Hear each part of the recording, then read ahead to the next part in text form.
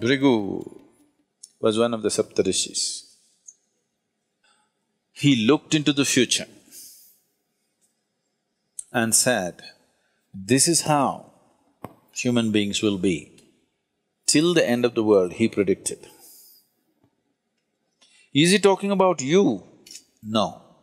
He is talking about humanity as to how it will evolve, what it will do. And if the many combinations and permutations, if they are this kind, what will come towards them? If they are that kind, what will come towards them? Like this, he wrote a map. I want you to see this as a sketch. Suppose you make a sketch of the movement of the wind. Here low pressure is happening means we know wind is going to go there. High pressure is happening means we know wind is going to go away from that. So he made a map of humanity. Human consciousness, if it's like this, he will move here, he will move into this kind of womb, he will attract these kind of things, this will happen, that will happen, like this elaborately he went into the whole thing. So Bhrigu Samhita this was called, this is a map of human consciousness till the end of this solar system. How human beings will evolve, what types of human beings will come, what are all the things which will factor. How to read this? He trained people. If an elaborate map is made of something, suppose you take have you seen a topographical map? Not the regular map. Have you seen the Geological Survey of India or the United States, they have this thing. Have you seen these maps? It will take a certain amount of training to read the map, it's all written there. Or have you seen the aeronautical maps? They're really complex, okay? If you want to fly from one part of the world to another, there is an aeronautical map. Unless you're well-trained, I've gone through these exams and I've passed the exams, but I don't think I can navigate from here to, let's say, South America successfully, because the planet is round, it's spinning, time zones are changing. All this is factored into the map. Somebody who knows how to read it, in 2 minutes he knows exactly what it is, coordinates, he will write and he knows where to go. Otherwise, if you don't know how to read it, you spend days with it, months with it, you do not know. So when he wrote this elaborate map of human consciousness, he trained people with a certain dimension of intuitiveness to read this, because this was not all logical stuff. So these people maintained this tradition and came, and it doesn't matter how skeptical you are, what you are, they will say things in your face which will make you feel like an idiot, okay? And it's true, unfortunately. You go sit there in front of Nadi Vaidya, first thing he'll shock you with is, as he said, he will tell your mother's name and father's name. You're finished, you're already floored.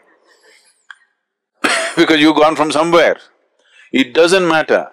If you are from some other country, he will tell the first letter, he may not know that you're a Susanna or you're a Tanya, he may not know. He will say, your name starts with T. Just like that. Because he's not looking at your background or your future, nothing. He's just reading a map.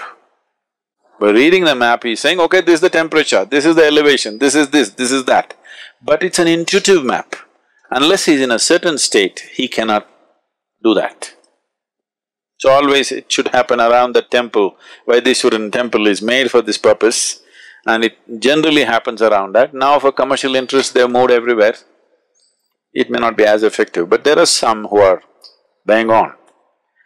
But if you're on the spiritual path, he will refuse to predict your future, if he's a genuine one, always. So if you go and if he tells your future, that means you're still not on.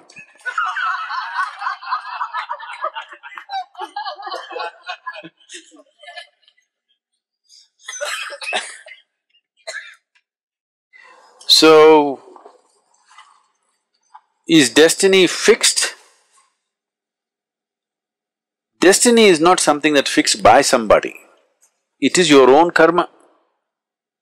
So your software is in a certain way, so naturally it'll function that way. Suppose you have a certain type of software on your computer, whatever you do, it'll do the same thing, isn't it? But can I smash the computer and stop it? I can. But still if you turn it on, the same hard drive, same thing will come on in a new computer.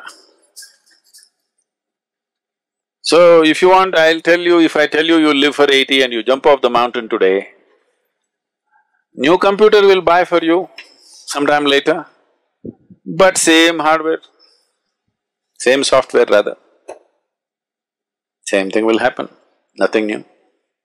So they're looking at that aspect of life and trying to interpret it in physical terms, which is an interpretation, where there could be mistakes, always. That interpretation may not always be right. But the reading, the fundamental reading, what is the altitude, what is this, what is that, is correct. How to interpret it is the expertise of an individual person. Not everybody can interpret the same way. So this whole science developed Bhrigu Samhita, but if you're on the spiritual path, they'll refuse to say because no reading for you. You don't belong in that range.